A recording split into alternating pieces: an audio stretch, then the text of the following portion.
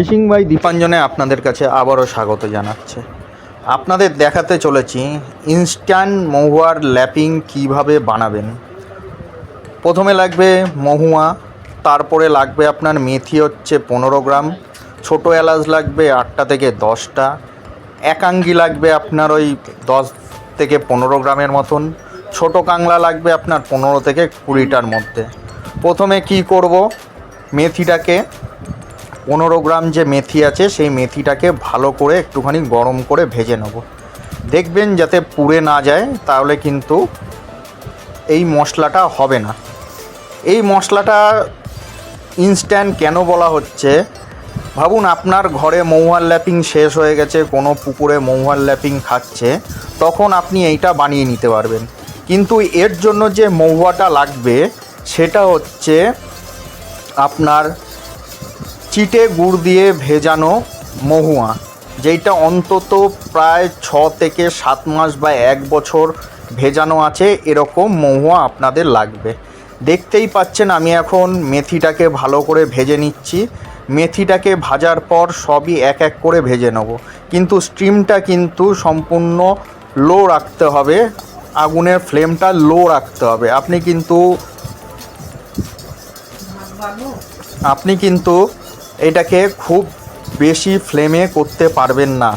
আর চেষ্টা করবেন কড়াইটা যেইটা নেবেন একটুখানি মোটা ধরনের কড়াই নেবেন, লোহার কড়াই হোক বা অ্যালুমিনিয়ামের কড়াই হোক, যাই হোক একটুখানি যেন মোটা ধরনের হয়, তাইলে কিন্তু ভালো হয়। পাতলা কড়াইয়ে কিন্তু জিনিস খুব তাড়াতাড়ি কড়াই গরম হয়ে গেলে কিন্তু জিনিসগুলো পুড়ে যেতে পারে। দেখুন আমার মেথিটা ভাজা হয়ে গেছে, আমি মিক্সচারের যে বাটিটা রয়েছে গ্রাইন্ডারের, তাই সেই বাটিতে কিন্তু ঢেলে নিলাম। এবার কি করব, এবার হচ্ছে একাঙ্গি বা ছোটো এলাচ যাই আছে কি না সেগুলো এক এক করে ভেজে নেবো। দেখলেন ছোটো এলাচটা দিয়ে দিলাম। এখানে ছোটো এলাচ দেখুন আমি 10 পিস নিয়েছি, আপনারা কিন্তু 10 থেকে 15 পিসও দিতে পারেন, কোনো অসুবিধা নেই।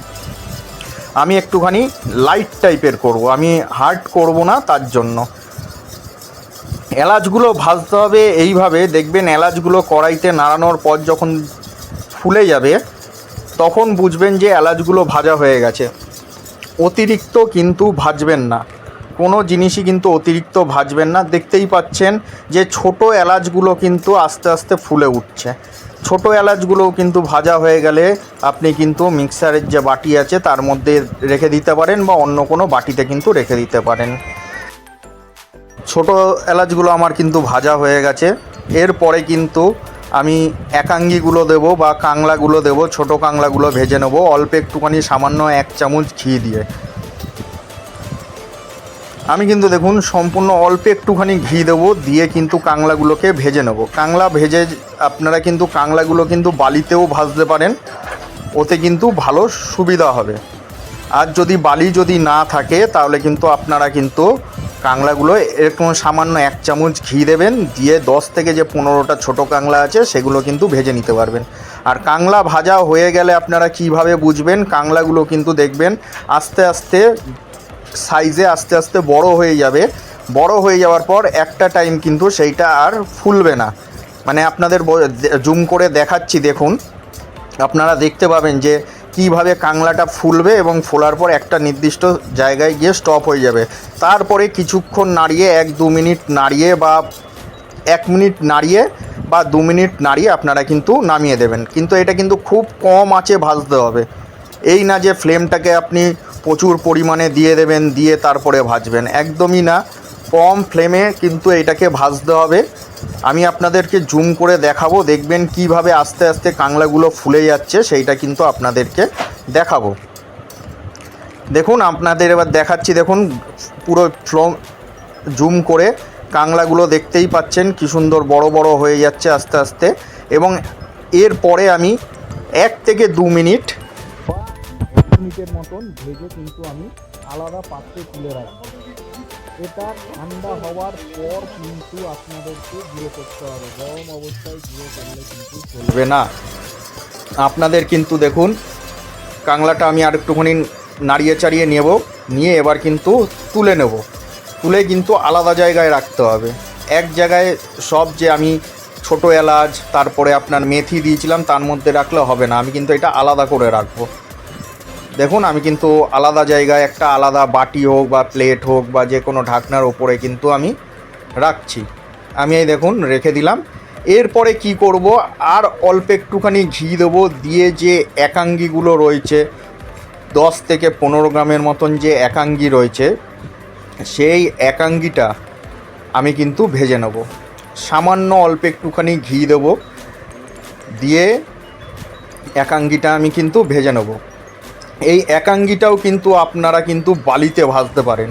বালিতে ভাজতে কেন বলছি, বালিতে যদি ভাজেন তাহলে কিন্তু পোড়া লাগার চান্স থাকে না। আপনি যদি শুকনো কড়াইও যদি ভাজেন তাহলেও কম বেশি পুড়ে যাওয়ার চান্স আছে, কিন্তু বালিতে ভাজলে কিন্তু কোনো পুড়ে যাওয়ার চান্স নেই। আমি কিন্তু দেখুন যে 10 থেকে 15 গ্রামের মতন যে আমি একাঙ্গিটা নিয়েছিলাম সেটা কিন্তু ভেজে নিচ্ছে। আবার অতিরিক্ত কিন্তু ভাজবেন না। আপনি কিন্তু দেখবেন যে একটা সুন্দর স্মেল বেরোচ্ছে, তখনই বুঝবেন যে একাঙ্গি ভাজা হয়ে গেছে। জাস্ট একটুখানি গরম করে নেওয়ার, যাতে ভালো করে গুঁড়ো হয় তার জন্যই। মোটামুটি দেখুন আমার কিন্তু একাঙ্গিটা ভাজা কমপ্লিট হয়ে গেছে। এরপরে কিন্তু এইটাও কিন্তু আমি একটি পাত্রে তুলে রাখবো, বা প্লেট হোক বা অন্য কোনো যাই জিনিস হোক সেখানে কিন্তু আমি তুলে রাখবো। মোটামুটি আমার ভাজা কমপ্লিট হয়ে গেছে। আর একটুখানি ভেজে নেব। ভেজে নেওয়ার পর কিন্তু আমি কিন্তু এবার একাঙ্গিগুলো কিন্তু তুলে নিচ্ছি। দেখুন আমি গ্যাস পুরো একদম অফ করে দিয়েছি। আমার আর এখন গ্যাস জ্বালিয়ে রেখে কোনো লাভ নেই, তাহলে পুড়ে যাওয়ার চান্স আছে। দেখুন আমি কিন্তু একাঙ্গি এবং কাংলাটা একসাথেই রেখেছি, এবং ছোটো এলাচ এগুলো ঠান্ডা হয়ে যাওয়ার পর ছোটো এলাচ আর মেথিটা আমি কিন্তু একটা বাটিতে ঢেলে নিলাম। এবার কি করব, আমার যে মহুয়াটা রয়েছে 200 থেকে 250 গ্রাম যে মহুয়াটা রয়েছে সেইটা কিন্তু আমি ভালো করে এবার পেস্ট করে নেব। মিহি করে পেস্ট করে নিতে হবে। এই যে মহুয়াটা দেখতেই পাচ্ছেন, মহুয়াটা কিন্তু 200 থেকে 250 গ্রামের মতন আছে। আপনাদের কিন্তু 200 থেকে 250 গ্রাম তুলে নিতে হবে, তারপরে পেস্ট করতে হবে। প্রথমে আমি কিন্তু যে মশলাগুলো রয়েছে একাঙ্গি, মেথি, ছোটো এলাচ আর কাংলা, এগুলো কিন্তু প্রথমে আপনাকে গুঁড়ো করে নিতে হবে, তারপরে কিন্তু মহুয়াটাকে ভালো করে পেস্ট করতে হবে। আসুন গুঁড়ো করে নিই, তারপরে আপনাদেরকে দেখাচ্ছি। যদি আমার ভিডিওটি ভালো লেগে থাকে তাহলে অতি অবশ্যই একটিখানি লাইক করে দেবেন। আর দেখুন আমার পুরো একদম গুঁড়ো হয়ে গেছে। এটাকে আরও একটুখানি ফাইন করতে হবে, দানা দানা যেন না থাকে। যদি পারেন তো কোনো যদি সুতির কাপড়ে চেলে নিতে পারেন তো আরও খুব ভালো হয়। এর মধ্যে আমি একটা জিনিস দিতে ভুলে গেছি, সেটা হচ্ছে জয়িত্রী। দেখতেই পাচ্ছেন পুরো ফাইন হয়ে গেছে। আপনারা একটা কাজ করে নিতে পারেন, ঘরে যদি পাতলা সুতির কাপড় থাকে, সুতির কাপড়ে যদি আপনারা চেলে নিতে পারেন তো আরও খুব ভালো হবে। পুরো একদম পাউডার টাইপের হয়ে যাবে, তাহলে মশলাটা ভালো করে মিশবে। এরপরে কি করব, মশলাটা আমার হয়ে যাওয়ার পর যে আমার মহুয়াটা রয়েছে 200 থেকে 250 একদম চিটে গুড় দিয়ে ভেজানো মহুয়া, সেই মহুয়াটা কিন্তু এবার পেস্ট করব। দেখুন আমি মহুয়াটা কিন্তু পেস্ট করছি। মহুয়াটা কিন্তু একদম ফাইন হিসাবে পেস্ট করতে হবে, দানা দানা থাকলে হবে না। মহুয়া কিন্তু একদম একদম ফাইন হিসাবে কিন্তু পেস্ট করে নিতে হবে। দেখুন আমি মহুয়াটা পেস্ট হয়ে গেছে, একদম দেখতেই পাচ্ছেন একদম মানে ব্রাউন একদম চকলেট কালারের মতন হয়েছে। কিন্তু এটা মহুয়া, এটা কেউ চকলেট নয়, কিন্তু ভাববেন না যে চকলেট নয়। এবার কি করব, কড়াই গরম করে যে মহুয়া পেস্টটা আছে সেইটা ঢেলে দেবো। দেখুন মহুয়াটা পুরো একদম ভালোভাবে কিন্তু পেস্ট হয়ে গেছে। দেখুন এবার কিন্তু আমি মহুয়াটা কড়াইয়ের মধ্যে দিয়ে দিলাম। কোনো রকম কিন্তু তেল, ঘি, নারকেল তেল বা সাদা তেল বা বাদাম তেল বা কোনো রকম কিন্তু কোনো তেল দেবেন না। জাস্ট কড়াইটা গরম করে মহুয়া পেস্টটা দিয়ে ভালো করে কিন্তু নাড়াতে থাকবেন। নাড়াতে নাড়াতে যখন দেখবেন একটুখানি গাঢ় হয়ে গেছে, আপনারা দেখতেই পাচ্ছেন, আমি তুলে দেখাচ্ছি যে কেমন টাইপের গাঢ় হয়ে রয়েছে।